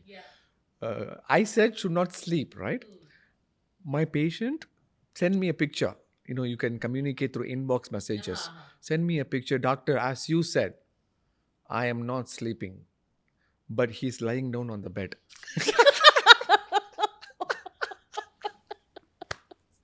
You have to be specific, doctor. It's your fault. Then I Dr. Pal, changed my sorry. wordings. I said, okay, 3 hours before you go to bed. I'm not making it a true story. I can imagine. I can sure imagine how all these things come up. But I was curious about something you said. You said you don't prescribe medication, but there are certain urgencies, right? Like when you have Yeah, to of do course, of NSAIDs course. and PPIs Yeah, yeah, of and course. I'm temporary talking- handling of symptoms. Yeah. I'm talking about GI symptoms in young patients with bloating and abdominal pain. If there are no red flags, I know what's the problem. The brain kit axis is not working. They must be changing the doctor because you're not giving medication. No, It's my a great- my approach is longer, Yeah. and they don't like it. Right? So they want some. So let's say I give an antispasmodic. It's very easy for me Right. to give an antispasmodic. Correct. And they get used to it. Then they will not change. They the will life. not do. Yeah. I said, you do this, you come back after 2 weeks and then let's see how it goes. I don't know whether it goes or not, the patient goes. Because we have this, there is, unfortunately, so we have a very pill popping, let us fix this issue in the temporary quick fix with everything. And with this also, there is an effort. You have to eat at a certain time and do at a certain time. No, just give me something that I will sort it, Sustaining the pain. Yeah. That will apply to physical activity as well. Initially, it's going to be painful. And I went to a gym. All the guys, I got so scared. You know what they did? They lift the weights and then they said, no pain, no gain, no pain, no gain. I said, I'm not coming to the gym. I don't want the gain. You don't have to do that. Really. So I don't want. I was just coming to check how much was the price. But anyways, wonderful discussion. Thank you. Wonderful Same here. discussion. I've had a great Yeah, time, it's and I amazing. hope it's been. Of course, there've been of course. takeaways. I'm and sure useful. there are. We talked about a lot. Yeah. I'm sure if I was listening to this podcast, I will at least write down the points physically, so that it gets registered in the mind. Right. So that at least 25 to 50% you try to implement in some way. Yeah. I'd like to offer another solution. If there is something that you haven't understood, let audiences post it in your comment section. Yes, of course. And you can. I am happy to Of course. clarify, That'd be or if super if helpful. it's related to your expertise, obviously clinical experience, you can course, clarify. of Happy course, to do that'd that be- yes. because there's been a lot of back and forth in this conversation. Yes. There's something that you haven't understood and how to go about it. Right. Happy to do that. Of course. That's so nice of Yeah, you. That's so nice happy of to you. Thank you so much for being here. Thank you, Dr. Pal. You're a riot as usual. I'm so glad that we could do this. Thank you. Thank you. That was a wonderful episode. I learned a lot. I'm sure you learned a lot as well. I really want you to make sure that the discussion that we had, if at all there are some points that you have noted, I really want you to take some time, understand what those points are, see whether that is applicable to your life, and if it is, please write down in the comment section in terms of what you learned as usual, so that gets registered in the mind. The more you put writing in words, that thought process gets registered a lot more, and there are multiple research to prove that as well. So I'm hoping that the techniques that we discussed will be implemented in your daily lifestyle as well. Thank you so much for all your support. The whole goal is to make this podcast a real health podcast with credible information coming out, so that you can pick and choose your lifestyle based on the recommendation that is discussed.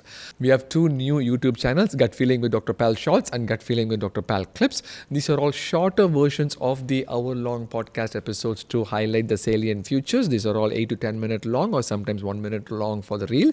Please consider subscribing and extend your support. We'll make sure that we'll provide the high quality content to you by giving you a wide variety of input from multiple medical experts. In case if you want to listen this in audio format while you're commuting or while you're driving, please check us out in Spotify with the name Gut Feeling with Dr. Pal, and please consider extending your support by subscribing to that channel as well.